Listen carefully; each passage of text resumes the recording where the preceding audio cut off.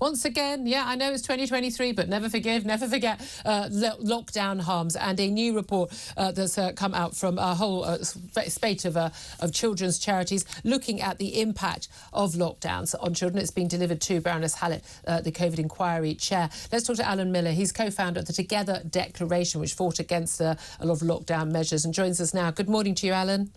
Good morning, Julia. Thank you so much for joining us. Look, another day, another report by many people who point out that, the words are that this was a long-lasting and era-defining harm that was imposed on children, not just closing schools, but locking them in their homes for 23 hours a day. They'd say that it was preventable. And this is the key thing, is we had Whitty and Vallant standing alongside the then Prime Minister Boris Johnson in March 2020 saying children aren't really affected by this disease and we're not closing the schools, it won't have much impact, but it will damage children. And then they did it anyway. It's right. It's one of the worst parts of the terrible consequences of all of the lockdowns, the restrictions, the impositions, the unnecessary lockdowns. As we know, many argued, like the Great Barrington Declaration, to take a shielding approach. We've also seen other families now actually pushing because of what's happened to their elderly relatives. The Children's Rights Organisation Alliance represents all sorts of charities like Save the Children, and many others, and Children's Rights Alliance have pushed this through. They're making the point, and that many others, like Us for Them and others, argued in the UK and Us Together, that children were at very low risk from COVID.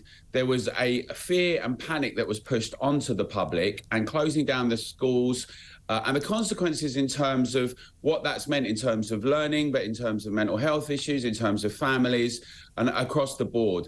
And we've seen that a situation that while some people wanted to kind of really create a climate of terror for people and panic, the most sensible thing to have done would be to have a kind of rational, calm approach and strategy towards that. And that's why what we've got to make sure, Julia, is that moving forwards and in the future, like with the pandemic preparedness strategy that was jettisoned, we don't just go along with a crazy policy that's never been done before, that truly is unprecedented, like lockdown.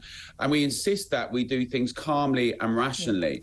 And follow pre-pandemic planning. I'm always fascinated by the number of people who say, well, Sweden was the outlier. They're the ones who took this terrible experiment in not locking down. No, they followed pre-pandemic planning. That's what our planning was. That's what, until mid-March, that's exactly what we were being told we were going to do. Then it was supposed to be a 3-week lockdown just to flatten the curve. Remember that sombrero, flatten the curve, just so we didn't have a lot of people getting infected and our hospitals weren't overwhelmed, and then we'd reopen.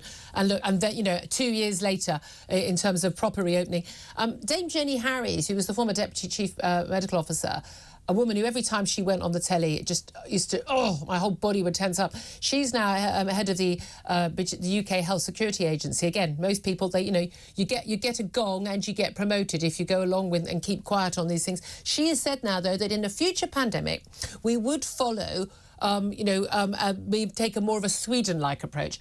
Do you think that's the sort of first acceptance from a senior figure involved in our pandemic actions, our lockdowns, actually accepting that what Sweden did was right and what we did was wrong?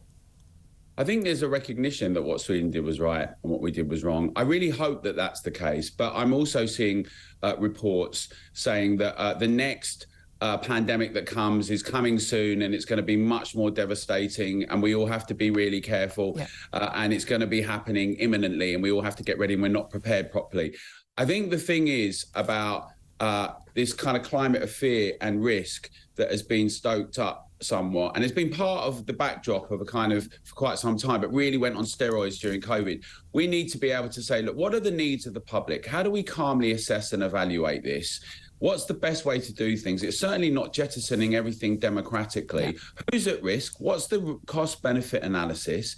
And have honesty and transparency. That's one of the reasons we've got a big event. It's our 2-year anniversary Together on Friday, where we'll be talking to a range of experts in public health, but also people that are commentators and the public, because we think Together it's really important, Julia, that the public's interest, that's the collective interest of everybody, is represented. Yeah, can I say, I have to say, because I'm hosting that event, I'm chairing that event, keeping everyone in order, cracking the whip. But just for a lot of people who don't know, we've spoken to you lots of times times, and we spoke to you, first of all, someone who's trying to get the nighttime industry, back up and running back in, 2020, 2021.